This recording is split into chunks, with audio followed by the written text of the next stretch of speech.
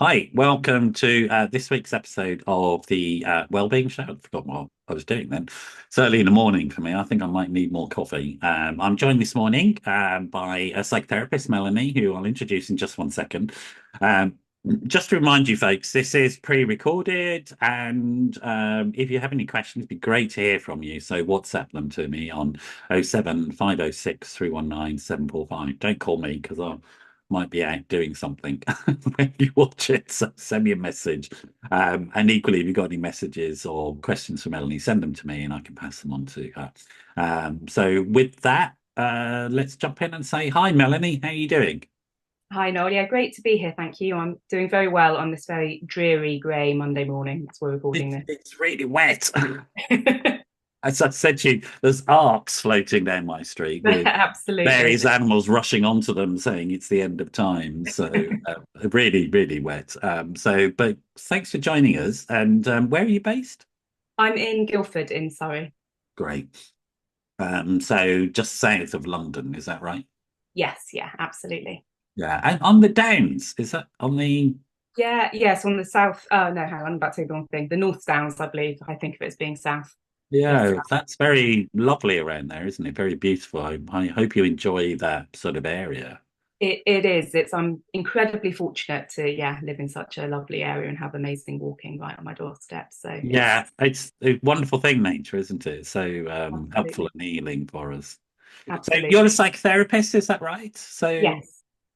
are you from that area of the world? Is that So originally? I grew up in Claygate near Esher in Surrey, so about kind of half an hour or so from here. Yeah. I then went to university up in Durham, and then when I graduated, I moved down to London. I was in Southwest London for about 5 years or so, and then I moved out to And here. you siblings or just you sort of? Yeah, I have one sibling, an older sister. An older sister, great. And what was it like growing up sort of around that area? Sounds quite idyllic in some ways. Um, Probably was. And so I think when you're a kid, you probably don't notice all of the stuff that, you very much take for granted, all of the lovely things that we have around us, like nature and so on. Yeah. No, I was very fortunate. I think we were always quite an outdoor family, so I was outside Me and quite my a bit. brother were quite adventurous together. We used to sort of go off and we were, at that time, it was the first time there was a program came out, which is about a stuntman. It was a series. They've just done a film about it. Uh-huh. With Ryan Gosling, I think it is. And Oh yes, yeah, yeah. that was originally a television series back when I was a kid. So me and my brother used to go around pretending we were stuntmen and arrive home in various states with our mum just pulling her hair out, going, "What have you done now?" Were you and Yeah. your sister close, or sort of were you and your sister close, or you had separate circles? Probably a mixture of both. Yeah. There were some things that, yeah, we were kind of close on, had some shared, interests and hobbies and stuff. But also, I suppose when you're growing up and there's almost 3 years between us, there's also Right. time, That especially. feels like an age, I doesn't was it? going to say when you're Younger, younger, it's those like those three now years it's are like a blink of significant. an eye. 3 years, what's that? Exactly, exactly. So yeah, probably like a lot of people, some moments of closeness and some moments of probably wanting to be as far away as possible. Yeah, I mean, it all sounds very normal and healthy and very happy, actually, sort of Yeah. just getting on with life. And what did you study at Durham? What was your choice?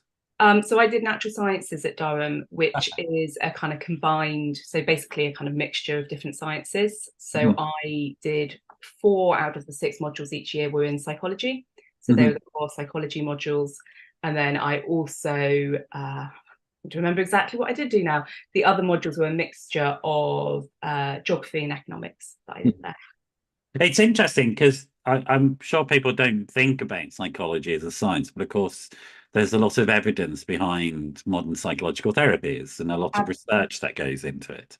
Absolutely. And I think, that was very much the case actually when I went to university, that not quite sure how to put it so delicately, but it wasn't, psychology wasn't considered, at least by, I think, some people at my school and possibly my parents as well. It wasn't really considered a proper subject, if you like. Mm. I was naturally quite academic at school, and I was always in, maths was my favorite subject and sciences, etc. Um, and the psychology was available at A level, but I was very much encouraged not to take it. Okay. And similarly then for degree, but yeah, I found my way there by So myself. did you choose to do it, or was it just because it was part of the syllabus and then you found an interest? No, so I chose it as part of the natural science. So with the natural sciences course, you could kind of pick, provided the timetables worked really, so you could have done, I don't know, chemistry with maths or geography or something, or you could do, psychology with physics and something else. Yeah. So And what was the attraction to psychology? Was there an attraction? It was like you thought, uh, oh, just generally, oh, let's try it, or no, absolutely. It was always, and it's a really interesting point, really, and it's hard almost to explain, but I think there was this kind of just innate interest in it always from a fairly young age. Really, I was always fascinated by people. yeah, I was often, especially in kind of senior school, I was often the kind of confidant to other friends sure, who, things were going on or whatever, and we'd have the kind of the long chats that sometimes teenagers do. And I always enjoyed that, but I was also really interested by it. mm-hmm. And I think that idea of, working out the world around us really, and no doubt trying to understand myself better as well. Mm. And were you surprised that it was a science as opposed to, I suppose most people think of it as humanities, wouldn't they? Sort of. Yeah, and I suppose it's an interesting point. Do we think of it as a social science? I suppose I remember my experience at university. A lot of it in the undergrad felt very much like biology. There Right. was a lot around the kind of the physiological structures of the brain, and I seem to remember a lot about the eyes and the optic nerve and things Mm-hmm. that I possibly found less interesting. But I remember my two favourite modules, which I think were both in my final year, were child health psychology Mm-hmm. and evolutionary psychology. Mm-hmm. And both of those really fascinated me because it felt like it was making sense of a lot of the ways that as humans we may live, but also that we may struggle. Mm-hmm. And so, yeah, those were always the things that really interested me in I my mean, life. it's interesting thing because the early pioneers of what we think of as psychology now, Jung, Freud, etc., they claimed, certainly Freud would like to claim a scientific basis for his work, but it's a bit questionable, really, whether there was. Yeah, yeah. Very deeply questionable. And the sort of theories that currently persist from that sort of modality. I mean, I have serious questions about that. It seems, I don't know what your feeling is, and I'm setting myself up for lots of attacks here, I think, but it just seems more like a conversion to a belief system as opposed to a rigorous sort of analysis of evidence. Yeah, I mean, I think it's an important point to, well, for me at least, in the way I work, being an evidence-based practitioner feels very Right. important. And I Okay. think, to explain what we mean by that, evidence-based in terms of something that you can do scientific research on and you can effectively prove the efficacy of, and that, this is working, and look at what works, really genuinely understand the processes that are going on. And I think now I do not claim in any way to be an expert on Freud. There was, we did do some psychodynamic training as part of my Yeah. initial my training and my master's that I did. And we were fortunate on that to have a psychoanalyst who came in and taught us. So we did have some of the original readings of some of Freud's original work, I should say. I think, we have access to far more things now. We have fMRI scanners that we can put people in, and we can Yeah. understand the brain and what's going on and what areas are lighting up, etc., which wasn't around back then. Yeah. So I kind of think, credit where credit's due to Freud and what he was doing, and remembering that the period of time. Yeah. And we're now a good, 100 and something years on from that. I mean, it is And we quite now a have long more. Yeah, we have greater means available to us now of understanding these things and of really looking at the science behind it.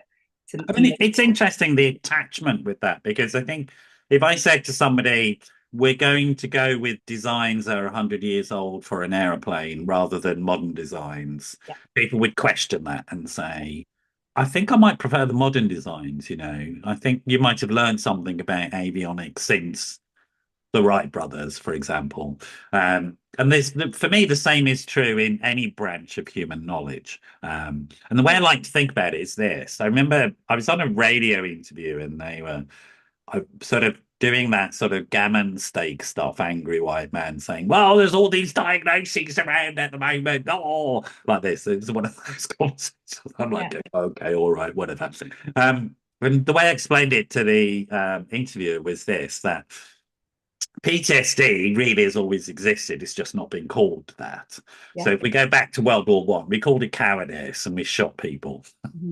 Yeah. Now we call it PTSD and we provide evidence-based treatments for trauma called EMDR and various other ones, but EMDR is the most well-known one. And it's the same condition. It's just our understanding of it has changed and our treatment for it has changed and actually improved. And people are getting caught up in these words as opposed to we're now able to treat conditions that have bedeviled many people. You know, Yeah. you think about the number of people that have been in wars, for example, just during the last 100 years. The fact that we've developed better treatment should really be a cause for celebration, should it not? Rather than we still go around and shoot them at dawn for cowardice. It's like, Absolutely. seriously, which version of reality do you want? Is my question. I think, you know, it is an interesting conversation. I don't really wish to get into the controversy of it, but there are certainly evidence-based approaches within psychodynamic thinking. I think of something like interpersonal psychotherapy, which you can get, which is part of NICE guidelines for the treatment of treatment-resistant depression, for example. But that's an updating. Cognitive analytic therapy, again, has taken some of those ideas and turned it into what we call a manualized therapy. For people who don't know, manualized just means it's in a book. Somebody else can try it out and get the same results of you. That's the basis of scientific method. It's not based upon the personality of the person doing it. But does that seem right, Melanie? Is that appropriate to describe it in that way? Yeah, I think so. I think you probably have a bit more experience on that than I do in terms of the description of manualized therapies or not. And I think it's so it just comes in a book and then you can learn it. And that doesn't replace the fact that we need personalities involved, because I think the interpersonal relationship between the therapist and client is really important. It carries it. Absolutely. And I think that's a really key point, actually, that it doesn't have to be this kind of either or. And I think there can, you know, we can bring our kind of all of our training around relating and, you know, and having a very relational approach and a kind of almost, you know, humanistic roots to it in our understanding and our way of wanting to be and to care. But yes, I think it's important really that, as I think it's very, very well put by you, you know, who would we want building our airplanes now? Someone working off a model 100 years ago or today? And we have this, you know, the scientific base now that we're fortunate to be in a place, we're privileged to be in a place that we have much greater understanding. Yeah. And so it makes sense.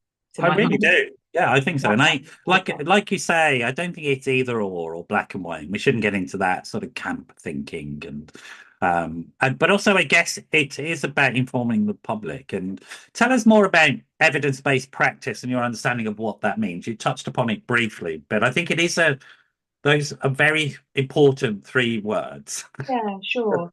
And I think it is, and it's to my mind, you know, I think it is, like I say, kind of aligning ourselves in the way we practice with the most up-to-date research base, what the science tells us, basically. And that doesn't, you know, the reason I was questioning about manualized therapies, I suppose, is I think there's also an element of, you know, considering process sometimes. Well, what is the process that's happening through here and all of that kind of thing. And often that involves a very personalized approach to these things. Now, there are some, you know, like CBT, I suppose, might be a bit more manualized in that way, of a kind of very, we're going to do this, we're going to do this, we're going to do this, and it lends itself that way. And there's obviously a huge evidence base for CBT. And I think there's more things coming out, I suppose, like CFT, which I think we're going to talk about a bit later, which is, you know... I should stop you there, because as professionals, we're going to go into this spaghetti language. Sure. So CBT is cognitive behavioral therapy. CFT is compassion focused therapy. We tend to put it into these letters to explain it amongst each other, but I will make a point of putting the full terms. And the interesting thing about these things is that people can research them and look at the evidence for them. So let's continue with the conversation about evidence-based. What does evidence-based mean in this context? What is research in this field, do you think? So I suppose it's, well, as it would be in many other scientific areas, I imagine. I definitely don't claim to be up to date with the research in other, I don't know, scientific fields, but for you, having trained in it, what would so you it's say? That we can go and I suppose in the same way that, I don't know, it's kind of mind, someone might look up nutrition, right? And you may get people on Instagram telling you what they think about is the best diet or the best nutrition or whatever.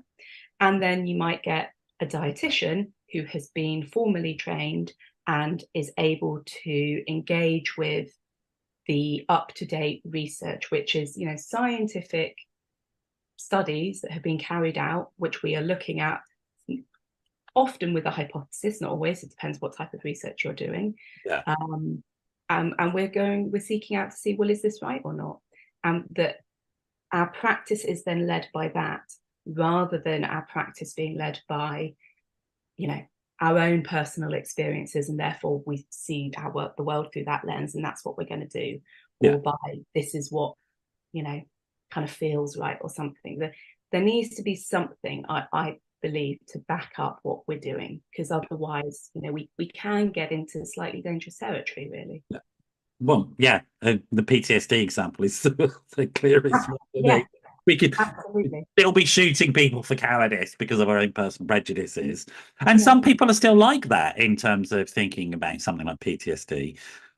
Some people would still be quite angry about the idea that somebody would have their mind damaged by traumatic experiences. And you still see that as applied to the civilian population. So, for example, women who have PTSD from domestic abuse situations. And again, if you're listening to this, I'm sorry, I've just brought up a potentially triggering subject. And so I just want to not apologize for it, but just say it is a potentially triggering subject. There is help if you're in intimate partner violence situations.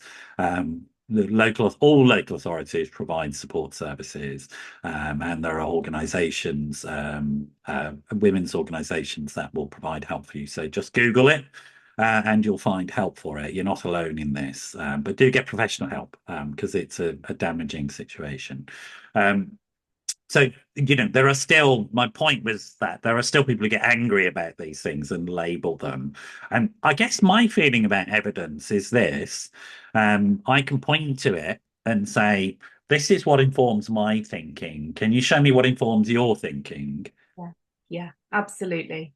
Right. And that's the really key thing. And I think especially in today's world, where there are many benefits to being able to speak on social media or in general, that we have so much information at our fingertips, but we just need to be mindful about, like you say, what's behind that information. And I think actually your point around PTSD, or potentially people feeling angry about that as a kind of label, I suppose one distinction maybe that's worth making is that evidence-based practice doesn't necessarily mean diagnosis. Yes. Much does. And, I think diagnosis can be a very tricky thing for a lot of people, and I'm always interested with clients.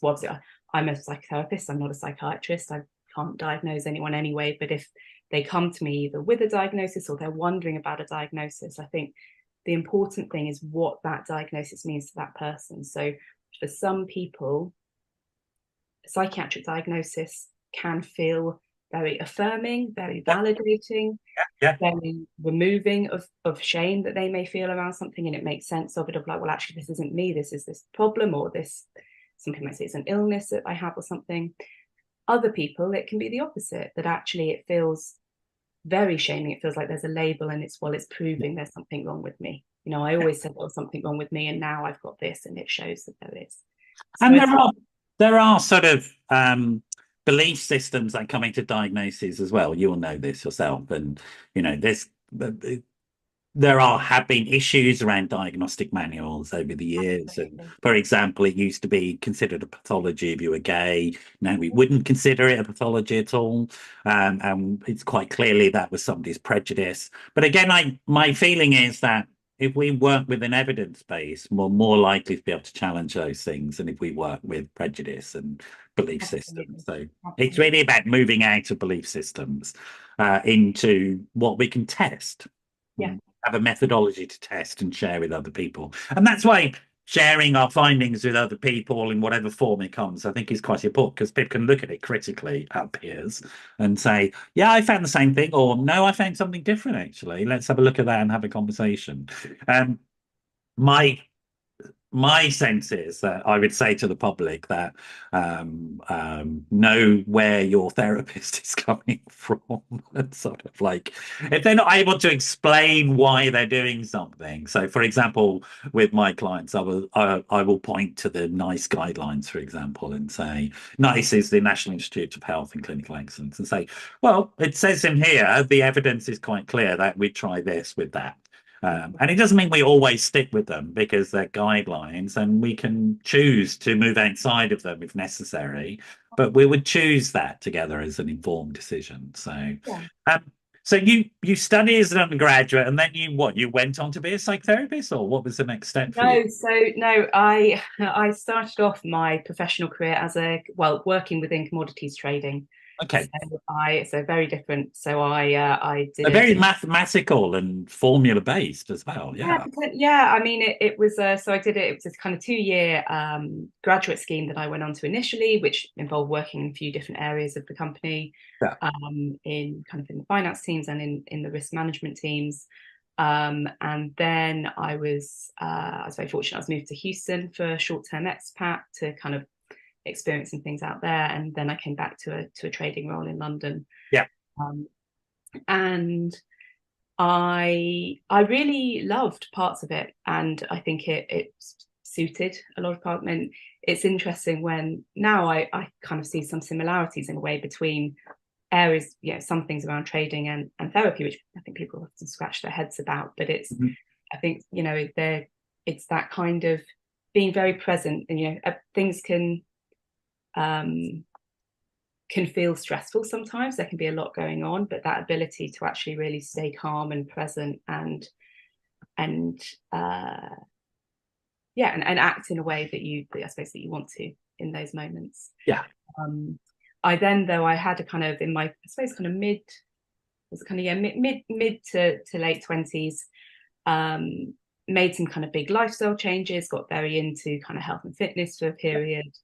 Um, and that I think really changed my outlook on some things and made me think that actually, I don't know if I want to be sat behind 6 screens for 12-hour days and, kind of living off your nerves a bit sometimes and being judged, you good or bad trader based on how much money you made or lost in the last trade kind of thing. Yeah.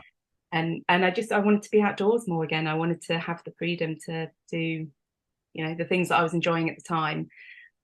So that's when I decided actually to leave that profession, and I had a kind of brief foray through the fitness industry and then some kind of coaching work. And that was a really interesting one because I realized that again it wasn't quite it for me, that Yeah. the thing I was always really interested in was the psychology behind things, but that also I'd meet people who would be talking about really serious struggles and I felt ethically I wasn't qualified to deal with them. Yes. um, Yes. but I wanted to be. That was the stuff I was actually really interested in, and I was fortunate that a kind of situation presented itself to me that meant I could go and do some project management work for a kind of smaller company, which gave me time to just step back a second and think, what do I actually really want to do here? Mm. And that was when I then decided to retrain and do my master's as a psychotherapist. Okay. Where did you do that? Just out of interest. That was at Roehampton. Okay.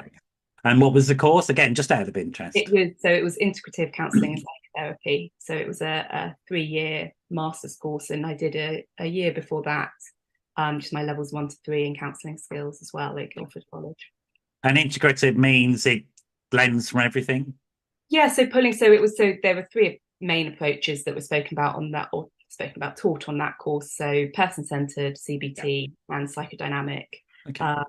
And yeah, integrating is basically, finding your own kind of way of working, of integrating things from different approaches. Yeah. To be able to then, I suppose, kind of, personalize your approach more to the person you're working with, to what's going to be helpful.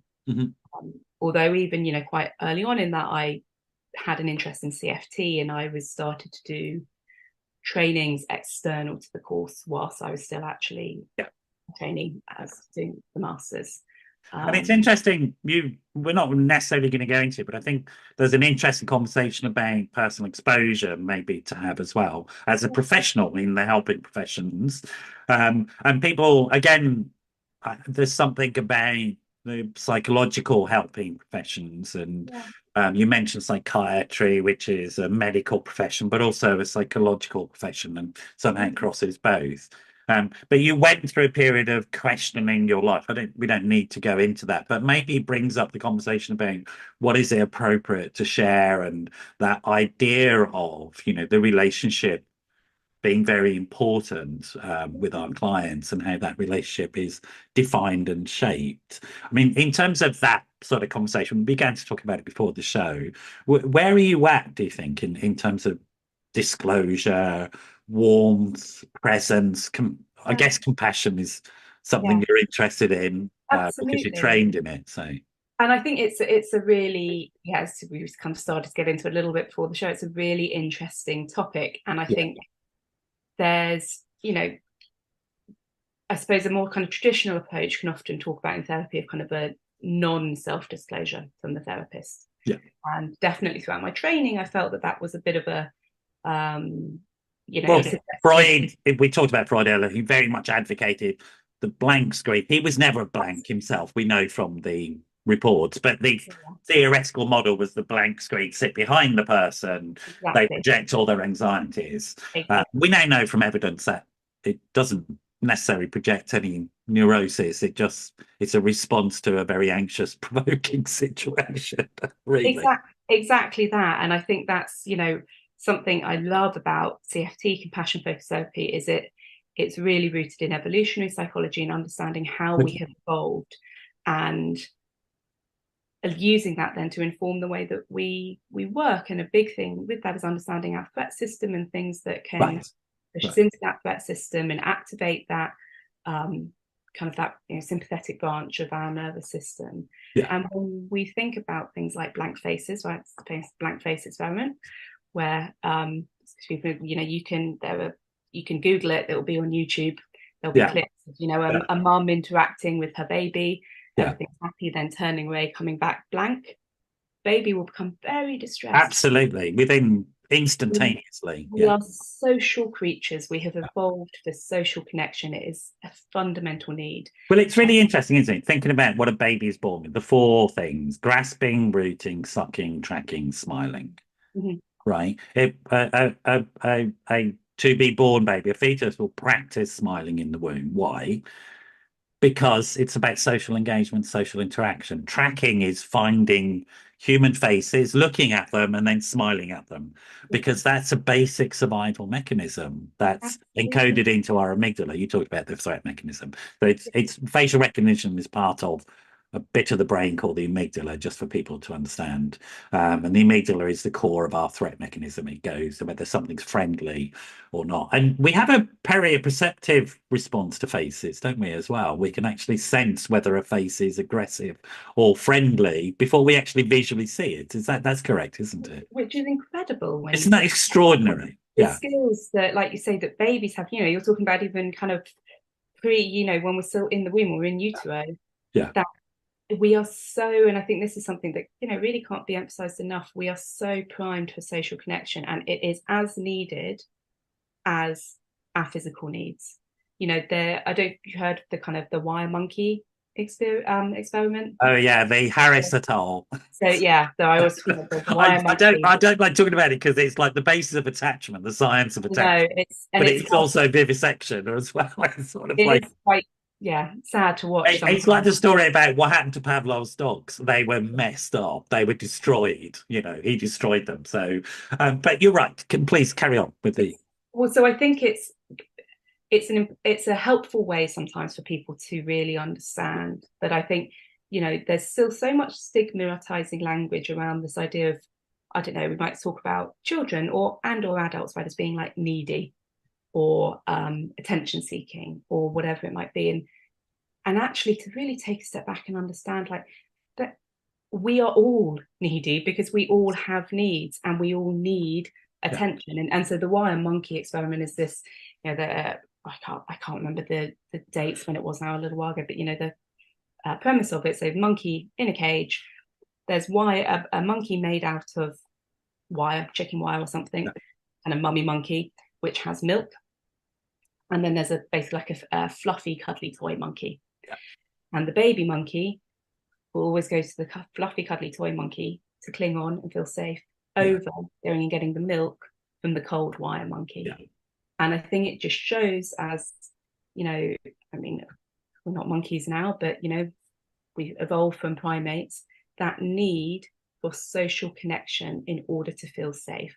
Yeah. A So newborn baby it might be completely. useful to, because I think it is really important set of experiments, although, because the next step was this, wasn't it? Essentially what was happening was that these newborn monkeys, these baby monkeys, were being frightened in the cage. So they'd go and shout at them and they'd go and seek comfort Mhm. from this warm, furry thing. So they cling to the fur, grasping, rooting, sucking, kind Yeah, of the same primate response that we have as newborn babies. yeah. Now, the ones that were allowed the warm fur were able to integrate into socializing with the monkey group afterwards. The Mhm. ones that were given the wire were not able to. Yeah, They were almost permanently damaged. And that's really important part of the story, I think, is when I absolutely. say to people, what do you think happens if you don't give the comfort? What seriously, what do you really think will happen? Well, we already know what will happen. We've got and it's very rarely talked about. We've got these experiments and Pavlov's dogs as well. If you want to go and Google that, what were they like after he'd finished messing around? Yeah, absolutely. Electrocuting them. They were unable to socialize. They had to be institutionalized for the rest of their life. What happens to children that we do that to? Mm. They are unable to be part of society. They end up in institutions. Traumatized children end up in institutions for the Mhm. rest of their life, or in some form of care, whether it's prison, whether it's hospital, etc., etc. We know that there have been plenty of studies in the Soviet Union from their group home experiences, which you know about, you're referencing. Yeah. I mean, I think it's that idea of that kind of failure to thrive, right? And Yeah, it's really, really, I think, distressing evidence we've seen from kind of Romanian orphanages as well, where absolutely. children are not given those, well, those needs aren't met for them, um, and it can be catastrophic, the effects. Uh, Um, what's so, the connection here with adults? Because that bit of the brain functioning, that need never goes away. It's a permanently hardwired part of human also, experience. Noel, I just lost the sound there for a second. Sorry, Are I you heard what's the connection with adults, and okay? then you Yeah, were are you still. back with us? I Don't think worry. so. There we Yeah, go. Live experience. yeah, So people might say, fair enough, that's children, but as adults, surely we get out of it. I would suggest that we don't, because that's a hardwired bit of us that allows us for the rest of our life to form new relationships with people. yeah. The fact that we're vulnerable, we manage that vulnerability, and we have that desire to explore the world, all comes from that nurturing experience, right? Absolutely. And I think, you could look at this through kind of attachment theory. And also I think this understanding. So in CFT, we talk about a three system model Okay. of kind of emotional processing. And one of those, some people might call it the three circle model, is that threat system. And a key thing about this is understanding the motives. So our threat system, generally, the motive is around safety Yeah. seeking or protection, right? Getting safe. And if we grow up in an environment where our needs aren't met and Mhm. we're not feeling safe, now that might be physical safety, if there's physical abuse going on, but also emotional safety, feeling loved, feeling that somebody understands us, feeling that warmth from the parent. If that's not there, our brains are going to be very, very clever on our behalf, and they will develop safety seeking strategies, Mm-hmm. which, similarly might be known as kind of, defense mechanisms and more psychodynamics thing, or kind of coping modes and schema work, something like that. This is kind of like it's in a way, sometimes I think of it almost with people like it's kind of how we've learned to live in the world. Mm. So if it's, we grow up in a very difficult environment and we feel maybe unloved by our parents, or there's a lot of volatility around us, we may go searching for that way to find safety in any number of ways. Now, that might look like becoming what some people might call kind of a people pleaser, or something like really kind of trying to adapt the way we are in order to please others. We may develop a strong kind of hypervigilance, which means we're always watching what's going on around us. Mm-hmm. We're waiting for whenever the next argument might kick off. Mm-hmm. There's all these different ways that we can learn to try to feel safe, and it's an unconscious thing. It's not something we're consciously aware of as kids. Mm-hmm. We will effectively keep kind of playing off the same script until that's updated. Yeah. And that's the key thing about how that then impacts us in adulthood. So what we often think about when we're looking at this in CFT is this idea of unintended consequences. Mm. So what are the safety strategies that developed that worked really well at the time, worked in terms of they served a function, they helped us to feel safer at the time. Mm-hmm. But what are the unintended consequences? That means, that might mean that there are certain dynamics that play out in relationships now as adults that actually have unintended consequences and are harmful to us rather than helpful. Yeah. It might mean that, we use substances, we use alcohol, drugs, food, I don't know, we use porn or sex or whatever it might be, right? That at the time we developed these things, they served a function, and they probably do still serve a function, and that's a really important piece of it. It's we're getting something from it, but then there's all these unintended consequences that can actually cause huge harm and suffering to us. And I think that's one of the really key things of linking this idea of what happened back here that is now continuing to affect us in the present, and how can we kind of effectively update that. And so thinking about within the context of safety in the relationship with the therapist, which is where we started, I guess, and thinking about disclosure or not disclosure, what's your thinking around that now in terms of relationship forming? I mean, we know a lot about the sort of frontal lobes, which is essentially what you're talking about, how personality changes, particularly in the face of distress. We're dealing with distress. So what's your thinking around it now? I know you haven't formulated any conclusions, but... So I think in the therapy room, as it were, I think appropriate self-disclosure from the therapist can actually be very helpful. And whilst I'm saying I think this, there again, there is an evidence base backing that up. We are seeing that, and it's something that is spoken about in CFT, this idea, we have to be a real human. Right. Now that there's got to be boundaries there, and we need to be professional.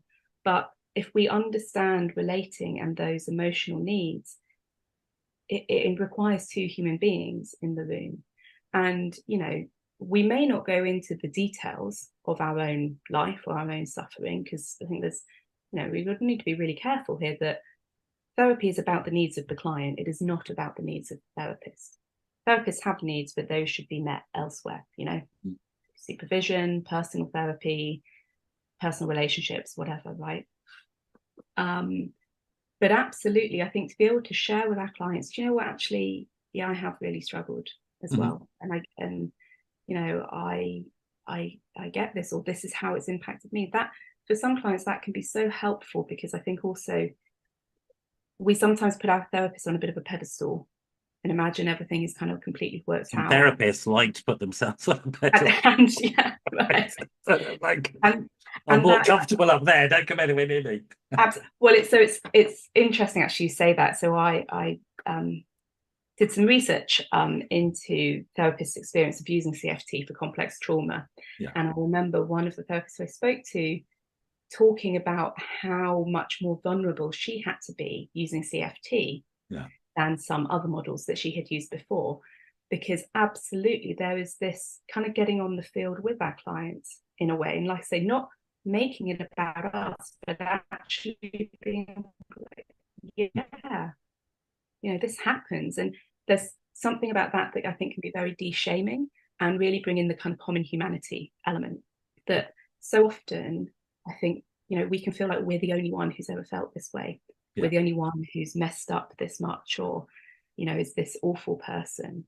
And actually to be able to, in a safe, containing context here, that, well, no, actually you're not.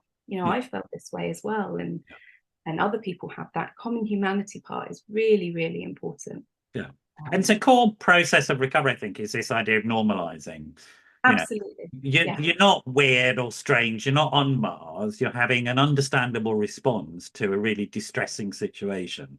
Absolutely. And human beings do that, and that's what happens. And again, I like your explanation of how we how our mind, or our brains in this context, really create patterns of behavior from early days, which later on, out of context, no longer make sense. Now, because they formed earlier on, it often leaves us feeling like there's something really quite weird about ourselves as individuals, right? Yeah. But actually understanding it in that context, we go, oh, it's not weird. It's just an unhelpful pattern. Yeah, absolutely. Yeah. And actually that feeling of us being the problem, that in itself may have served a function at some point in time. Yes. Because, like I say, as young children, even as teenagers, really, we are still reliant on our parents, and we have very little agency or autonomy then. We don't choose who our parents are. We don't choose where we live. We don't choose where we go to school. We don't choose our teachers. We don't, all of these things. And actually, it might sound kind of paradoxical, but seeing ourselves as the problem in itself can be a kind of it doesn't sound paradoxical to me. It makes absolute sense. It really does. What's the alternative? Because we can go back to that Paris et al. Thinking about the monkeys that weren't given the warm furry thing to cling to, who then went into the monkey group and couldn't socialize. It's a response that they've got, clearly. It's not because of them. Yeah. Because of what's happened.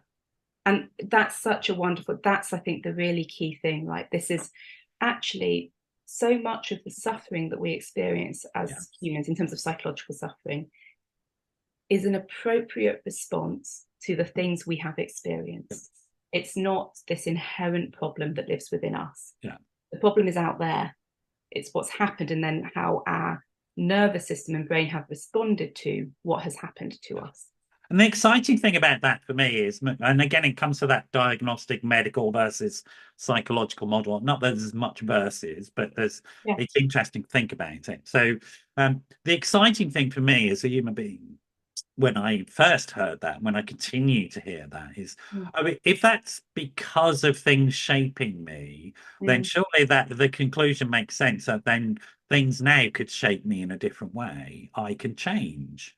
Absolutely.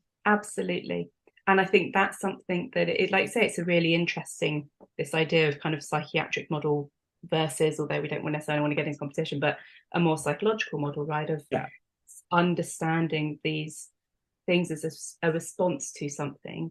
And therefore, if we change the stimulus, the conditions, that can also, then change. Now, I think we want to be a little bit careful in not, that sometimes it can be that can still be a very complex thing. So I don't want people to feel further shame of kind of, well, that hasn't, I've changed things, but I'm still the same kind of thing. We have to draw sharp dividing lines to things like, if you've got a medical condition, CFS is a good example, isn't it? Chronic fatigue syndrome was for a long time battered by psychology. It's all in your mind. It's not. It's a blood-brain barrier problem, and it needs medical help, along with a lot of those chronic conditions. It's the same with ASD, autistic spectrum disorder, was originally thought of by Bettelheim, I think, as the result of cold mothering, the fridge theory of mothering. It's not. But there's definite issues around neurodiversity, etc. And so, but again, that comes back to evidence-based practice to me. that if we look at the evidence, and like, for example, with anybody who comes into my practice who says they have anxiety or depression, we're going to be talking to the GP and checking the thyroid gland isn't messed up and that they don't need a bit of medication, etc., etc. Yeah. So there is a division, but it's interesting to think about that there's a lot of hope because we went over medicalized. Yeah. And that sort of meant that only a tablet could do it. Yeah. And I think the key thing with that hopes, I think absolutely I suppose what I was thinking about now, what I was kind of thinking about was that sometimes we need more than just changing the conditions around. In fact, I'd say oftentimes we need more than changing the conditions around us. Yeah. There are certain processes and things that we may want to go through. So, I think psychoeducation is a really important one. What we've been talking about, this idea of actually understanding ourselves, understanding where our struggles come from. Yeah. But then we also need to learn how to work with our physiology, working with our nervous system, with our brain, to create new states in ourselves, to get familiar. For a lot of people, the idea of actually getting into that parasympathetic branch of the nervous system, what we make as rest and digest, and in CFT we talk about kind of the green system, the soothing affiliative system. Yeah, that in itself can actually be very threatening for people, because if it's it's unknown for some people, so it can feel very alarming. Also, depending what's happened, the experience of actually feeling safe, feeling connected to another, may have now become linked with threats. So if someone has been abused, within relationships, sexual abuse, physical abuse, something, and it's at those moments we feel close to someone that actually the abuse is going to happen, it can be a really complex field. And so I think just absolutely making that again brings us back to that conversation about disclosure, because we do need to know something about the background of the person that we're working with. And if the patient we're working with, the person we're working with, the client, the human that we're working with has had a history of people in positions of power and authority, parents, partners, etc., emotional authority, taking advantage of that. So to going too soon into trying to form a warm relationship would indeed be threatening. Absolutely. Unintended consequence. And we know it from, say, attachment theory. We talk about frozen attachments. So kids who experience violence from a parent have what we call frozen attachment. So they desperately need the attachment, but they're also afraid. And so they get literally caught. I think it's about, is it 4 feet? There's a sort of actual physical space where they're frozen and they can't go towards and they can't run away because they're desperately caught in between. And you can watch young children do that. So we do need to be aware, as you say. But fundamentally, I guess your point would be that what we're trying to get to is that natural way of relating as a human being, the one that we were given in utero. Yeah, absolutely. Most of us, right? And get to engaging with those processes in our current everyday life. Would that make sense? Yeah, absolutely. And to start to learn what it is to actually feel safe in our body and in ourselves. Yeah. And from that place then to be able to relate to others and again to ourselves in different ways that might be very different to what we've experienced thus far in our life. Yeah. So tell me about where we're getting towards the end, just giving you a heads up. We've got a couple of minutes left. So tell me about, very briefly, headlines on the history of compassion-focused therapy, where it comes from. So compassion-focused therapy, CFT, was founded by, and is still very much involved, a wonderful man called Paul Gilbert. Now I believe this is going to be testing my knowledge a little bit to make sure I've got it right in his personal history, but my understanding, he originally trained, he's a clinical psychologist, he originally trained quite a lot in CBT, he trained with Beck, but he also has always had a great interest in evolutionary psychology.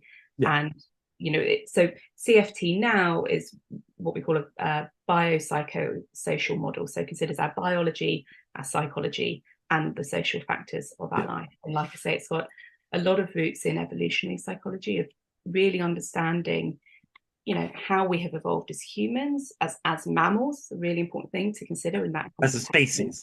Yeah, exactly. and how that then influences us today, understanding, our physiology as much as our psychology. I mean, I think the two are so integrated. Also, I don't make a distinction, but you're right. Yeah.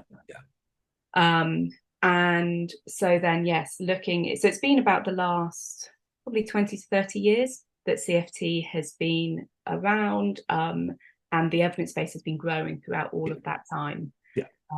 And I think it's there's some really exciting stuff coming out in the science now of how effective some of these things can be. And especially, so there's kind of within CFT, compassion focused therapy, therapeutic process itself. There's also CMT, which is the compassionate mind training.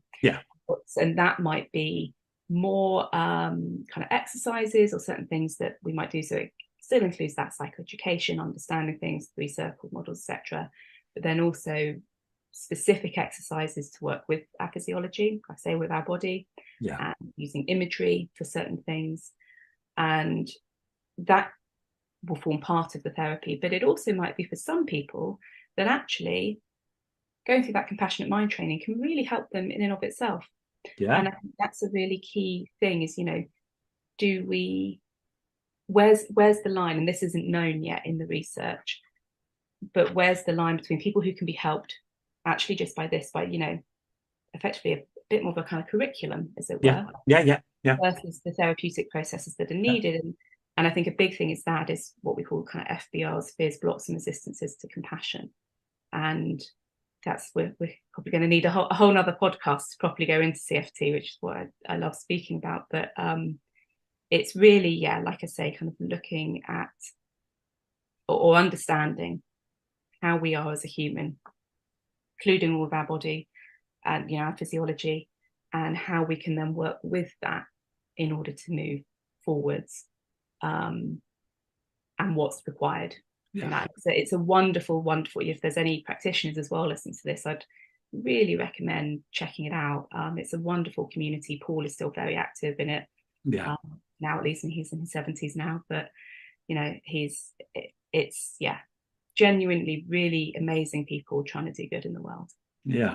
We have sadly come to the end. Is there a website where people get hold of you, or social media platforms? So my website is melanieharrispsychotherapy.com.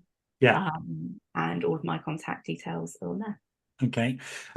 Look, Melanie, I know that this is relatively new area for you, coming on these programs and in social media, and I know you had some thoughts and anxieties about it, but I really want to thank you for taking the risk and joining us today and giving us such a sort of warm and insightful look at yourself, but also about your practice and what's informed your growth and as a person and as a professional. I do see there being connections between what we do personally and professionally, in the same way that I think mind and body are the same thing. But we have to be, as professionals, open to the idea that we act on our own pathologies as much as we act on our good things. Absolutely. And be open to challenging that. And I think that's right. That's absolutely right. Modeling that, as you've done so well today, I think is some of the most healing things that we can do. Modeling, being a complicated human, just doing the best they can, right? Absolutely. We are. Whether we've trained as a therapist or not, we're all just human beings. That's right. Just trying to do the best you can. Thank you for joining us. Stay there as I say goodbye to people. I hope you really enjoyed it. Do reach out. Check out Melanie, MelanieHarrisPsychotherapy.com. Check out her website, or send me a message, 07506 319 745. I'll pass it on to her. Thanks everyone for joining us, and we will definitely bring you back another time to go a bit more of a deep dive into the technicalities of the work as well. So thank you for joining us, and I hope you all have a great time wherever you are. Bye bye for now.